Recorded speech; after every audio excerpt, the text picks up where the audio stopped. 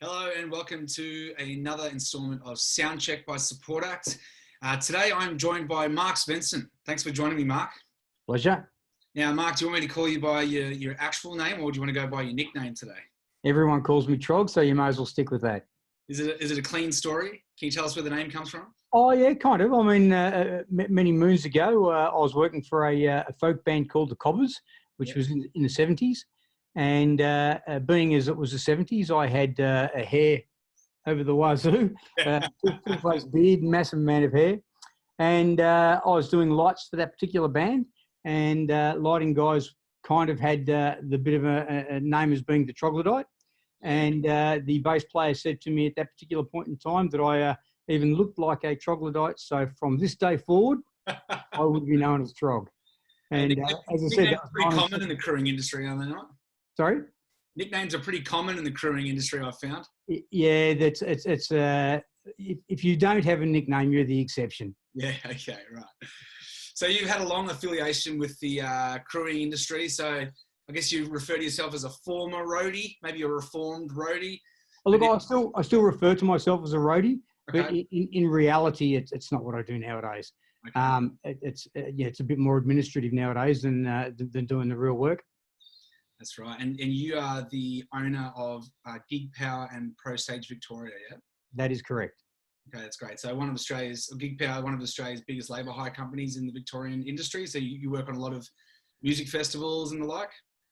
We do a fair slice of the work that goes through Victoria in one shape or another. So some of the bigger festivals obviously use multiple suppliers, but we're involved in a large percentage of the work that goes through Melbourne. Beautiful. Well, I'm really happy that you could join us today, Trogg, because one of the things that we're really trying to promote through this series is trying to get people to have discussions about their mental, physical and social well-being, and also promote the SupportAct Wellbeing Helpline, which people can call 24 hours a day, 7 days a week on 1-800-959-500. Now, also you're a board member of CrewCare. So we'll come to talk about CrewCare a little bit later on, but I thought it would be important to get you on today to have a chat about what you saw in the crewing industry when this crisis first hit, and what are some of the stories you've heard from people at the coalface about how this has impacted people? Look, to some degree, we haven't slipped into total hibernation, as is the catchphrase by the government now. Yeah. We've just been packing up shows, and indeed we're still finishing the last couple this week. But there's a lot of fear out there, and I think largely it's the unknown. You know, we don't know if we're in this ride for 2 months, 3 months, 6 months, a year, and it's fairly scary for everybody involved. And that's from business owners all the way to the guy who's brand new in the industry. It's a scary time. It's a rocky ride. Yeah, absolutely. I guess so. It's a lot of subcontractors working in the crewing industry. Have people been kind of feeding back to you about some of the government initiatives that have been announced and how it might support people in crew? Again, with the government initiatives and that kind of stuff, things like JobKeeper, it's still to a large degree unknown. The thought bubble's there, and everyone's got it in the back of their mind.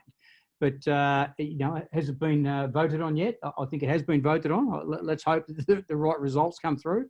Yep. But for some people, the JobKeeper program will work quite well, I think. Given, for example, the loader scenario through winter is usually a little quieter. Mm-hmm. So the JobKeeper program will actually work okay. But for your international touring guy who, say, might tour through Australia during the summer and overseas during winter, his life's well turned over at the moment. But that's the same for everybody. You know, if you're from a production house and full-time employed, right at the moment, things are looking kind of rocky. Yeah, true. So I guess more than ever, one of the things we're trying to highlight is the importance of services like our helpline and of SupportAct. But for the crewing industry specifically, I'd love to pick your brains a little bit about CrewCare, maybe explain to people who are tuning in today about why CrewCare exists and some of the stuff you guys are hoping to do in the future. So maybe you can explain a little bit about CrewCare and your involvement. Well, CrewCare is a bunch of like-minded individuals who really identified that there was problems out there and that they needed to be addressed. Crew have always typically had to look after themselves, and it's not always possible. The suicide rates through the roof in our industry, and mental health is a huge problem. You know, one day you're an A-lister staying in the best hotels and, you know, touring the world first class, and the next day you've got no work on, and it's kind of that sudden, and more often than not by design. So there's that kind of thing. Then there's you know, your average crew guy that works on the floor in Melbourne, for example.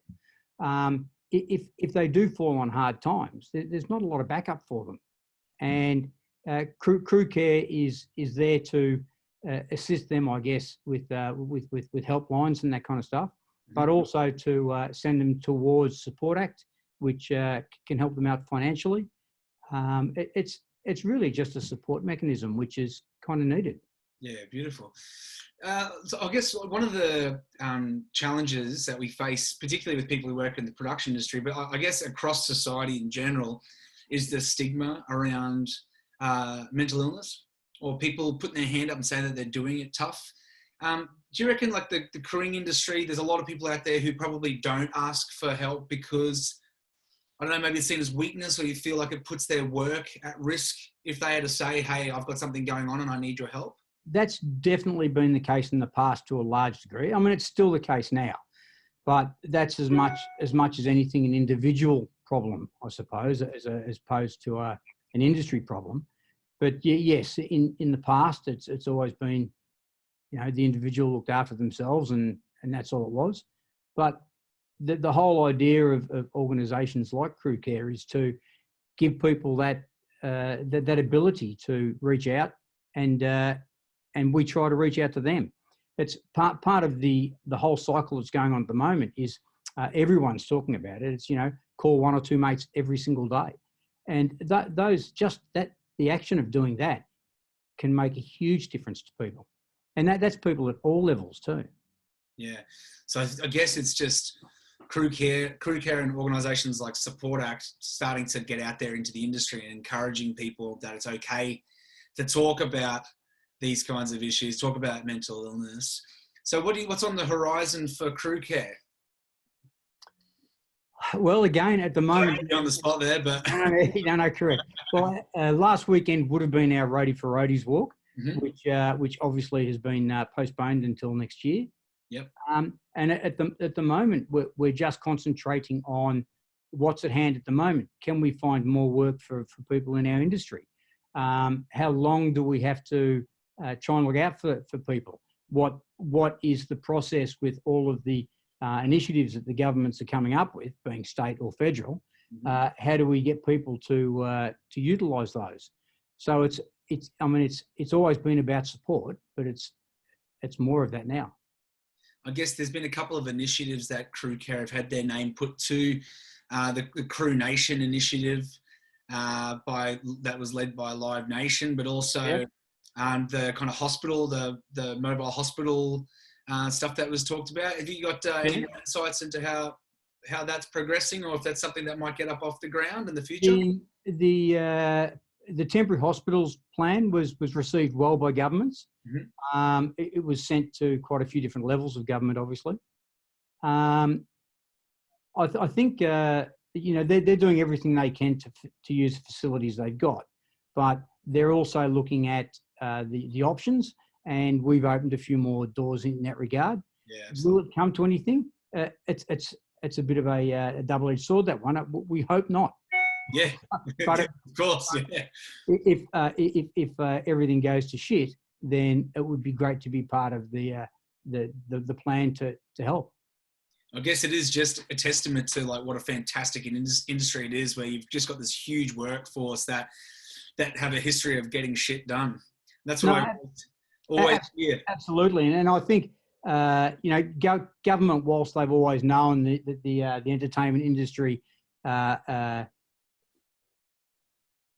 I guess, that kind of work, they never really put it in perspective of how it can be used in other aspects. They just see us, you know, put together an event over a couple of days when 99% of the people involved or that go along to a show just see it in its final stages when the band walks on, and they don't realise what goes into it.